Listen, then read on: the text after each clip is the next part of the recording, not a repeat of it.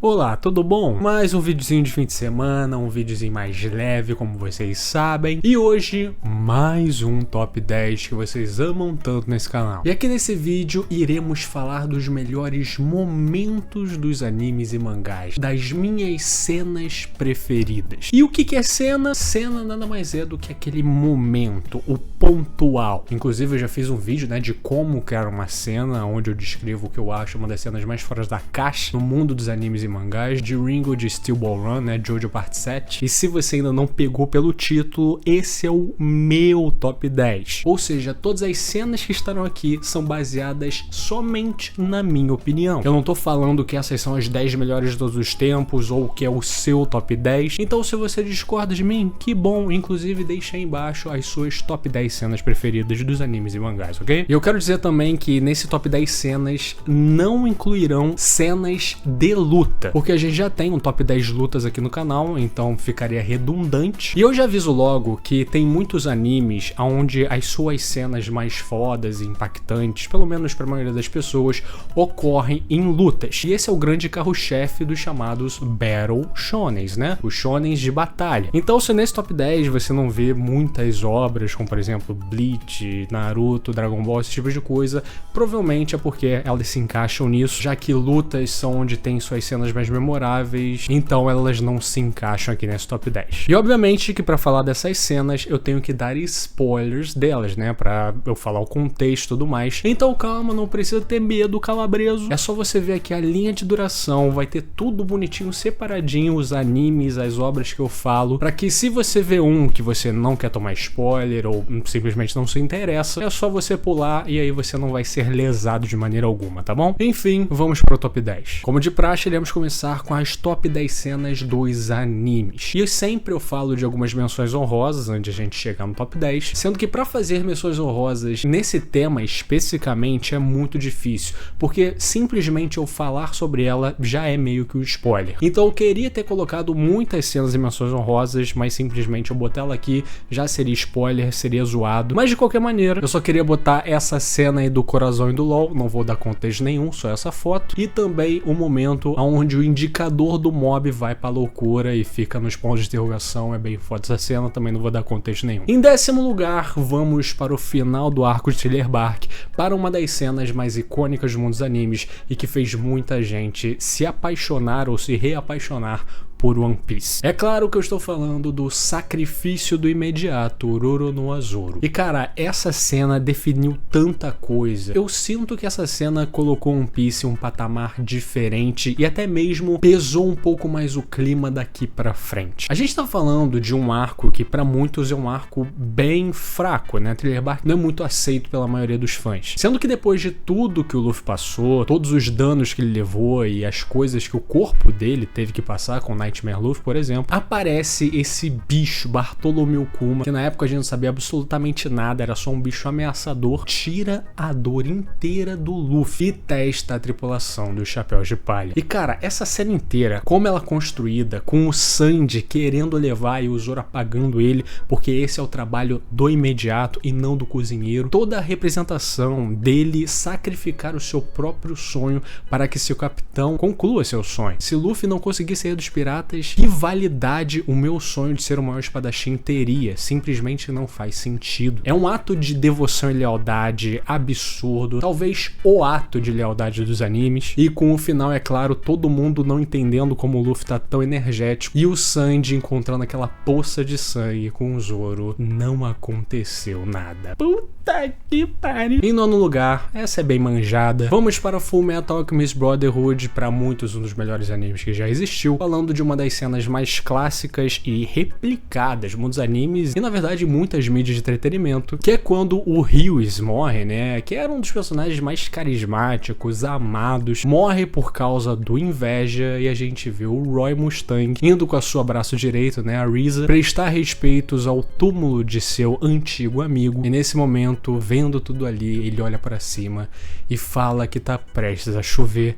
e começa a chorar. A gente tem essa parada que o Roy Mustang, meu irmão, ele é um cara foda pra cacete, sendo que ele é um cara que simplesmente não funciona na chuva. A chuva é literalmente o maior inimigo dele, inibe ele completamente. E ele falar que tá chovendo exatamente quando ele chora, isso tem tanta representação, simbolismo tão grande, porque ele naquele momento que ele dá essa desculpa que tá chovendo pra chorar, é um momento aonde ele se permite ser fraco e sair da pose que ele tem e chorar, né, aceitar os sentimentos daquele momento. Então essa cena, ela tem um requinte sentimental enorme, uma cena muito bem feita, muito colocada, simplesmente cinema. Em oitavo lugar, olha, eu vou dar meio que uma roubadinha aqui, porque ela é tecnicamente uma luta, sendo que eu não posso não falar de Jotaro contra Darby em Stardust Crusaders. Eu já falei dessa cena algumas vezes e ela é sensacional, cara, desculpa. Apesar de ser um duelo, né, um conflito, Darby e Jotaro não saem na porrada. E é simplesmente maravilhoso toda a troca deles, o Darby ganhando de todo mundo, colhendo a alma de todo mundo com o seu poder de stand, e o Jotaro, cara, sendo esse arquétipo do badass, do fodão, fazendo o seu nome valer. E simplesmente, mesmo com uma mão de merda, ele aposta a porra toda, aposta a mãe, aposta as almas dos amigos, aposta a própria alma, e o Darby derrete, fica velho, e ele não consegue tancar a fodeza do Jotaro, e o Jotaro sai como se não fosse nada. E, cara, que cena pica. Em sétimo lugar, vamos falar de novo de One Piece aqui, porque temos uma das cenas também mais icônicas do anime, aonde no final do arco de Enies Lobby Water 7, nós temos que nos despedir de um dos mais antigos tripulantes da tripulação. Water 7 e Enies Lobby são arcos tão bem feitos, porque lá desde o início tem todo aquele conflito do Luffy contra o Usopp, que inclusive eu falei no top 10 lutas, que você consegue entender o lado dos dois. O Luffy só quer seguir em frente, enquanto o Usopp é muito apegado por aquele barco, por lembrar da melhor amiga dele, blá blá blá. Sendo que depois que Mary faz sua última viagem salvando o Chapéu de Palha de Enies Lobby, a ilha judiciária, eles têm que se despedir, e ele tem uma verdadeira despedida viking, né, pegando fogo e afundando.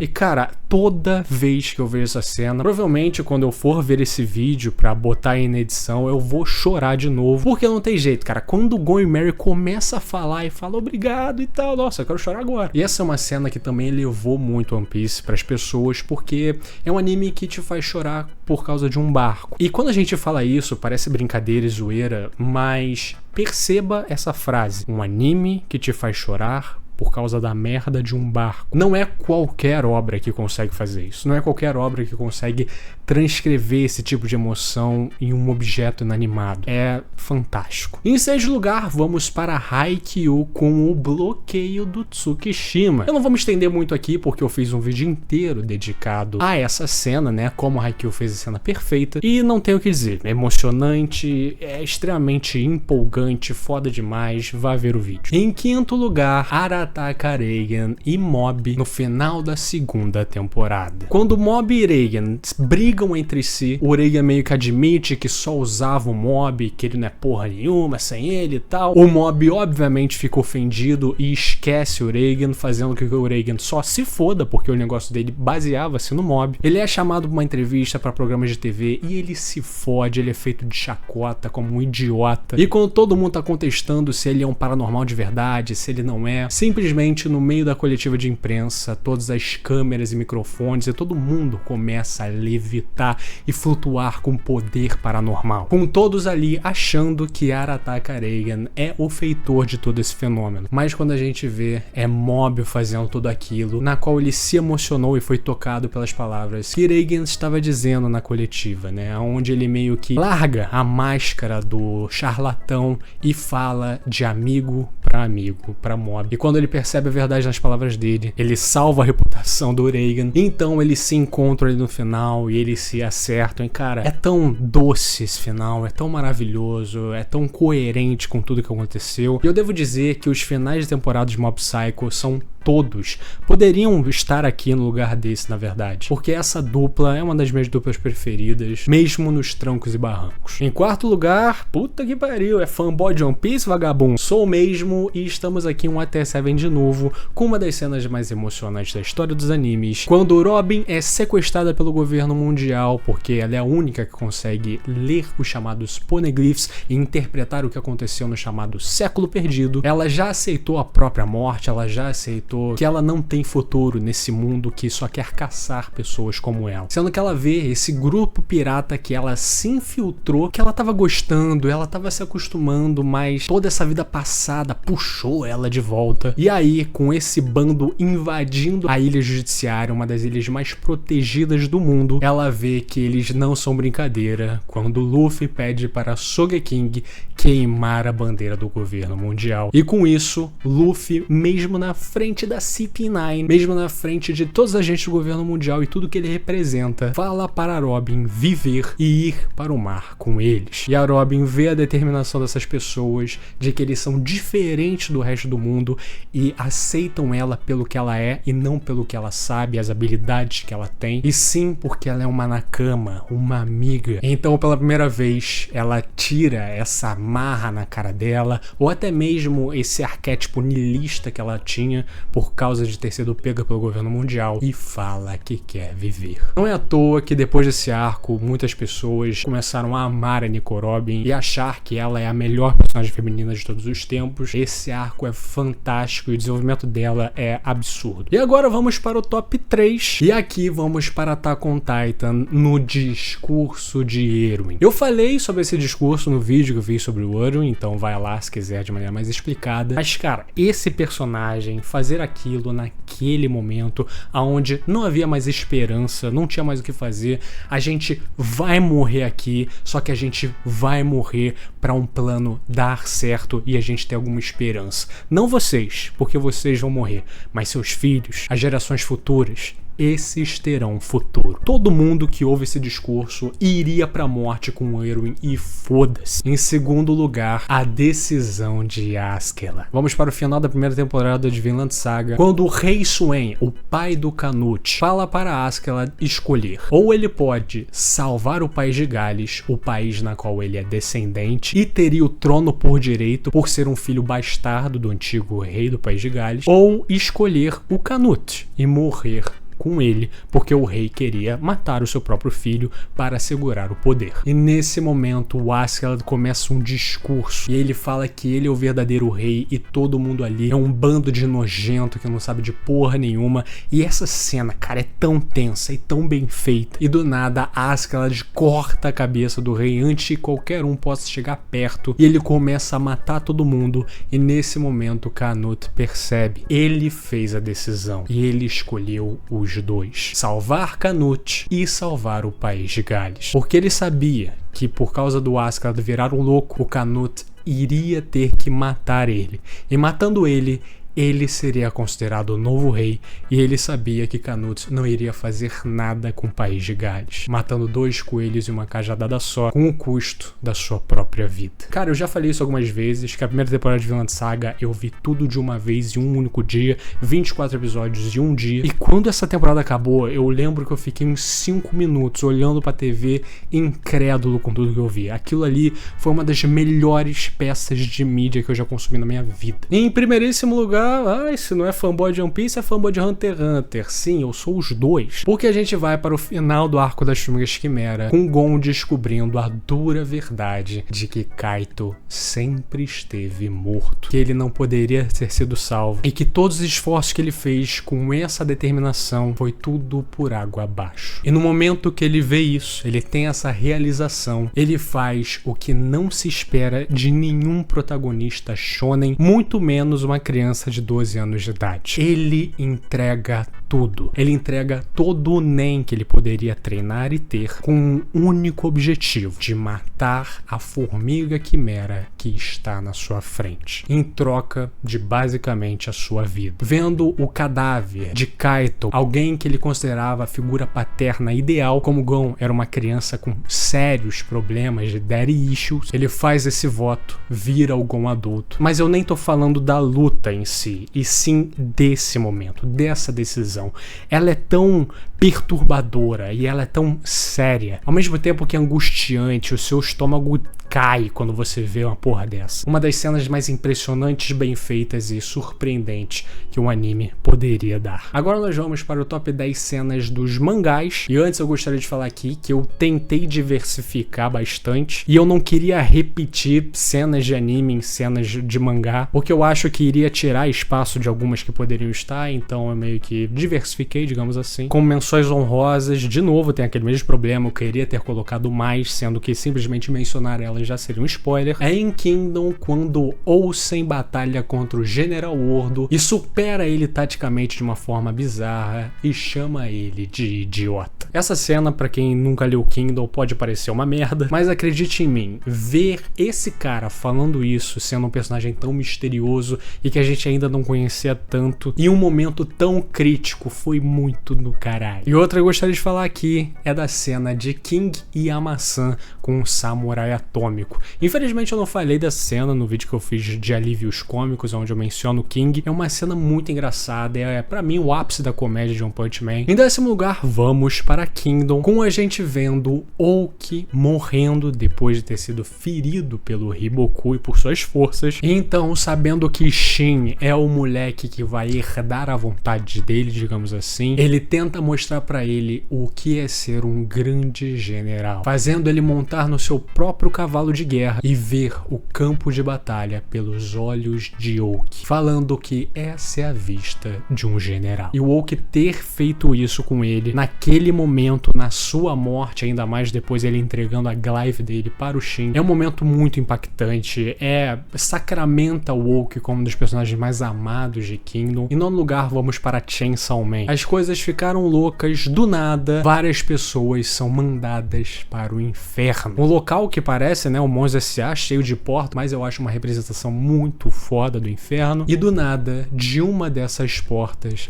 cai uma gosma preta que se materializa e as pessoas veem na frente delas um dos demônios mais fortes do inferno, o demônio da escuridão, aparecendo na frente de inúmeros astronautas partidos no meio, com os seus braços rezando, porque para representar a escuridão, o Fujimoto escolheu representar com astronautas, pessoas que vivem a vida no espaço, né, no eterno vazio, e com eles rezando, tentando fazer com que alguma divindade os acolha e lhes dê algum alento, mas sem sucesso, porque eles já foram cortados no meio. A estética desse demônio, toda a cena de como ele se apresenta e tudo acontece, foi um dos momentos mais hype de Chainsaw Man, quem lia na época tá ligado, e foi um momento que elevou muito a primeira parte, que depois, né, a gente compara com a segunda parte e fala, caralho, cadê esse momento? Em 8º lugar, vamos para Vinland Saga agora no mangá, com a caçadora Hilde perdoando finalmente Thorfinn. Eu já falei dessa cena no vídeo que eu falei sobre a Hilde, né, como criar uma redenção, mas tudo que esse personagem representa, toda a trajetória que ela tem junto com o Thorfinn, para culminar nesse momento uma redenção dupla, não só do Thorfinn sendo perdoado por alguém que ele afetou no passado, mas dela também de se desgarrar do ódio e da vingança e aceitar conviver com essa pessoa. Cara, é uma lição fortíssima, é lindo e é uma das cenas que melhor representa o que é Vinland Saga de verdade. Em 7º lugar, vamos para o personagem que tem o ícone dele aqui no canal, né, Johan Liebert, com a cena dele falando com o detetive da polícia que estava perseguindo ele na época, um dos poucos que acreditava que Johan era problema, um homem que era um policial, mas virou um detetive particular, porque ele teve que entregar seu distintivo, porque aparentemente, enquanto estava embriagado, ele matou uma pessoa, e ele era um cara com vários problemas de alcoolismo, né? Um cara que não parava de beber e tudo mais, sendo que ele tá tentando ser uma pessoa melhor pela filhinha dele, já que ele teve que se divorciar depois disso, mas a filha é um vínculo que ele quer ter ainda e tal, e ele tá tentando ser uma pessoa melhor, e ele vai evoluindo na vida, vai tendo acontecimentos legais, conforme ele também vai avançando e tentando pegar o Johan, e no final, Johan encontra ele, coloca coisas na cabeça do detetive e leva ele até a cobertura de um prédio, e nesse momento ele prova porque ele é o monstro, porque ele é o diabo. Ele fala ali que ele não matou a pessoa que ele matou porque ele tava bêbado, ele matou porque ele quis. Viu um moleque perrapado, nojento, fazendo merda, e ele apertou o gatilho porque ele quis. E será que você consegue admitir isso pra sua filha? Que você é um assassino que tenta se esconder nessa cortina de que você tava bêbado? Então, com ele já perdendo a cabeça, Johan só tira um whisky das suas costas e pergunta se ele quer uma bebida. Cara, essa cena é loucura. Define o Johan como o maior vilão que eu já vi na minha vida. Ele tem várias cenas que definem isso, mas essa é a que mais ficou presa na minha mente, com certeza absoluta. A versão do anime também é bem boa. Eu prefiro um pouco do mangá. Eu prefiro o mangá de Monster no geral. Em sexto lugar, Ringo Road Again e o Mundo de um Homem. Eu sei, essa cena é uma luta, sendo que eu vou te falar que a parte da luta nem é minha parte preferida, e sim dos momentos antes, a tensão inicial de Velho Oeste que tem toda essa cena. Como eu já disse no começo do vídeo, eu já fiz um vídeo falando sobre essa cena e destrinchando toda ela, e obviamente se é um top 10 cenas, ela tinha que estar aqui. Em quinto lugar, vamos para Kingdom de novo, porque depois do clã de torturadores do exército Kank contar o passado dele para Shin, a gente vê no meio desse passado uma cena que ficou guardada na minha memória. Kank sempre apresentado na série como um personagem meio controverso para os fãs. Ele é muito foda, muito badass, ele é extremamente inteligente, ele é um talento nato em guerra e batalha, sendo que os sentimentos quanto a ele são um pouco complicados porque ele é um completo psicopata. Ele é um assassino em massa, ele não tem problema nenhum em matar crianças, velhos, em fazer esculturas de corpos para foder a cabeça de seus oponentes. E ele é um personagem que a gente adoraria torcer contra, que ele fosse de um exército inimigo, por exemplo. Mas acabou que ele é um general do exército do lado do protagonista, da galera que a gente torce. Então sempre fica aquele sentimento tipo, caralho, o Kank é muito foda, mas cara, pô, vai com calma, bicho, não precisa de tanto. E de onde vem toda essa raiva? De onde vem toda essa sede de sangue? E nós descobrimos o porquê no seu passado. Todo o seu passado é uma obra-prima que eu já falei no Como Criar um Ideal, mas a cena em específico é quando ele revela para os amigos dele a fonte do seu ódio. Que no mundo a elite ferra e faz o que quiser com os mais pobres, enquanto os mais pobres só têm que aceitar ser explorados e fudidos por essa galera. E normalmente os mais pobres teriam ódio das elites, sendo que Kank diz que o ódio tem que ser direcionado aos omissos, as pessoas da classe média, as pessoas do meio, que não são elite e também não são pobres, que sabem os abusos que acontecem e simplesmente não fazem nada. No caso, a maioria das pessoas, inclusive hoje. E é por isso que ele quer queimar esse mundo e ele acha justificável todos os atos malignos que ele faz, porque o mundo é composto pela maioria e a maioria está no meio. Então foda-se que eu vou acabar com o mundo, quer dizer que eu vou acabar com a maioria, eu vou acabar com a parcela que mais me dá ódio. Ele é um personagem sempre mostrado como extremamente tranquilo, que mesmo fazendo coisas horrendas, ele não se desespera, ele é até mesmo elegante, sendo que ele é alguém que tem uma chama horrível queimando dentro dele, um ódio contra o mundo inteiro. Em quarto lugar, vamos para Berserk, para um momento, inclusive, eu tenho tatuado, onde Guts e a sua galera entrando em Elfheim, a terra dos elfos, a terra da magia. Eles são muito bem aceitos, muito bem recepcionados, e então, no primeiro momento de calmaria de verdade, em um ambiente seguro e protegido magicamente, ele se junta com o Sérpico e o Capitão para conversarem entre si e tudo mais, e beber um pouco, e nisso Guts lembra de tudo que ele passou. Ele vai lembrando de toda a trajetória dele e como ele antes era um tremendo idiota quando tava sozinho, e quando ele começou a andar com a casca, tudo mudou. Ir pra frente querendo morrer não havia mais sentido, era idiota. E depois disso, com o grupo dele aumentando, né, ele se tornando um grupo de pessoas na qual ele se importa, ele não precisava ser mais tão forte, tão louco, porque ele tinha pessoas na qual ele podia confiar. E lembrando disso, mesmo depois de tudo que ele passou, de todas as merdas que ele enfrentou na vida dele, de todo o seu passado horripilante, ele ainda tem a coragem de falar: eu sou grato. Quando eu li isso pela primeira vez, foi um soco na barriga tão grande, eu queria vomitar, sério. É um tapa na cara fudido de que você fica, irmão, eu tenho que ser grato a tudo na minha vida, brother. Caralho, se esse cara tá falando que é grato porque tem migalha, eu que tenho pão inteiro não vou ser grato, cara. Então assim, essa foi uma das lições mais poderosas que eu tirei de Berserk. Olha que tem muitas lições pra tirar dessa obra. Em terceiro lugar, nós vamos para o momento onde Monkey D. Luffy morre no telhado de Onigashima. Mas com isso, ele renasce com uma nova coisa. Porque agora o seu coração bate com o ritmo dos tambores da libertação. E Joy Boy está voltando. A ativação do Gear 5, eu nem falo da luta do Kaido e do Luffy, e sim o momento onde é ativado. Cara, eu lembro que ser um fã de One Piece e ler o mangá nessa época foi assim... Cara, eu não tenho palavras pra explicar. Essa é uma obra que eu acompanho há mais de 10 anos. É uma obra que eu dediquei um bom tempo da minha vida. É uma obra que eu considero que eu sou um estudioso. Eu sei o nome de inúmeras ilhas, eu sei o nome de todos os personagens, eu sei o nome de todas as habilidades. Eu sou um nerd de One Piece. Ver ele abrindo o sorrisinho depois de ter morrido pelo Kaido e ativando o Gear 5. Meu Deus do céu, cara.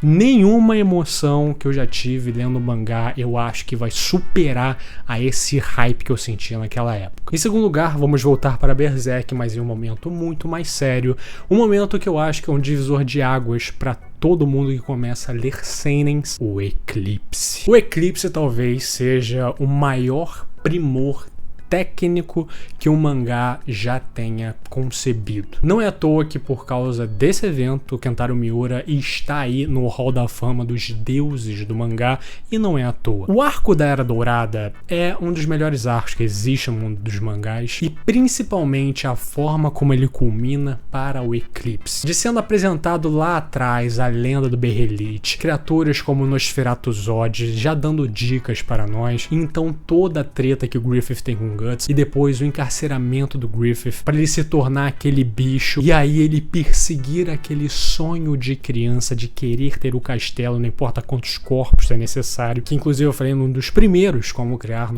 um sonho, e ver ele, aquela forma moribunda do Griffith ativando o Eclipse, dando todo o bando do Falcão como seu sacrifício, e a gente vendo à nossa frente aqueles personagens que a gente amava morrer e ser violados por uma corda de demônios famintos, e o Griffith trair todo mundo e virar o Fento, e quando ele vira a forma demoníaca dele, ele faz o que ele faz com a casca e faz o Guts ver aquela merda. A gente vê o Guts ficando louco e tudo acontece. Meu Deus, só de falar já fico com dor de cabeça, cara. É um dos momentos mais impactantes que você pode ver em qualquer mídia, cara. Pega filme, série, qualquer porra, o Eclipse talvez supere. E em primeiríssimo lugar, também tenho tatuado, vamos para o período onde Miyamoto Musashi acabou de matar 70 homens, na qual ele se encontra com a sua perna bem ferida, e ele começa a caminhar por vilas e pessoas, e vários Ronins tentam matar ele para ter, né, a fama de ter matado o homem que matou os 70 de Yoshioka, e no momento onde ele tá cansado, ele aceita, ele cai no chão e ele volta à terra, e ele na verdade percebe,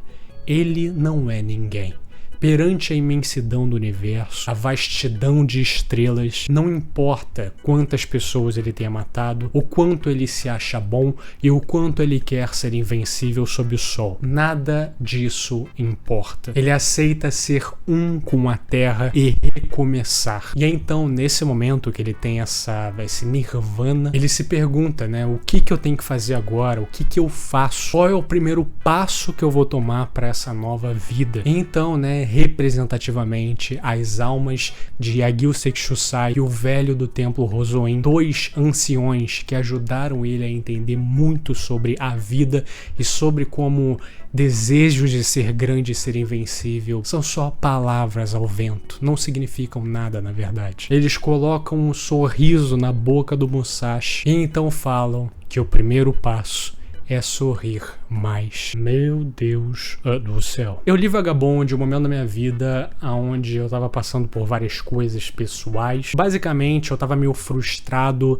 e não sabia o que ia ser de mim. Na minha visão, eu não tinha futuro. O que eu tava fazendo, faculdade, essas coisas, eu não me identificava com nada disso. Eu falava, irmão, caralho, eu não sei o que eu faço a partir daqui. E Vagabond, como um todo, foi uma obra que me ensinou muito a ver as coisas de uma perspectiva diferente. E essa cena em específico é o que sacramentou tudo isso. Porque a lição que eu tiro daqui é que não interessa quantos tropeços, falhas que você faz. No fim do dia, você só tem que aceitar que você não é nada, voltar à terra e dar seu primeiro passo. Sorria mais, seja mais gentil. Não pense em ser grande, em ser o melhor, um passo de cada vez. E que o primeiro seja um símbolo de gentileza. Sorria. Agora vamos para o nosso top 10 definitivo. Anime, mangá, qualquer merda. Em 10º lugar, Ringo e o Mundo de um Homem. Em 9º lugar, O Ideal de Kank. Em 8º lugar, Eu Quero Viver,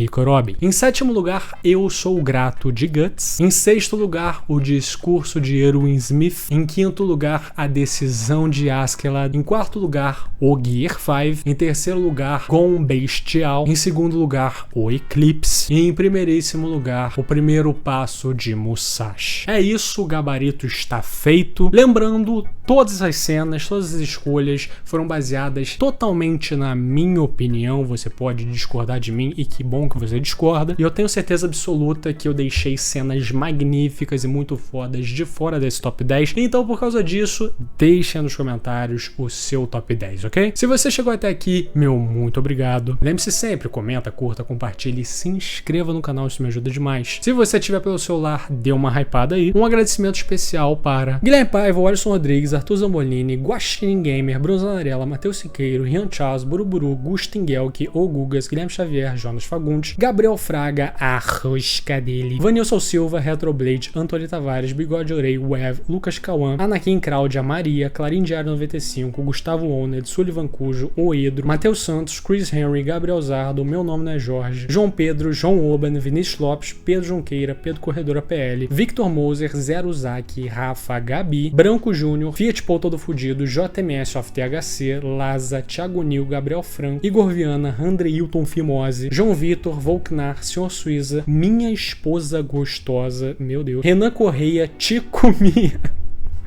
Ai, começou. Paulo Vitor e a Bruba. Esses são os membros do canal. Muitíssimo obrigado pelo seu apoio. Vocês são fodas demais. E se você quiser ser que nem esses paladinos do Inferno de Dante, considere ser um membro também. É uma coquinha e uma cervejinha que você deixa de beber no mês. Então assim, se tiver só nessa carteira, por favor, considere. Tchau, tchau.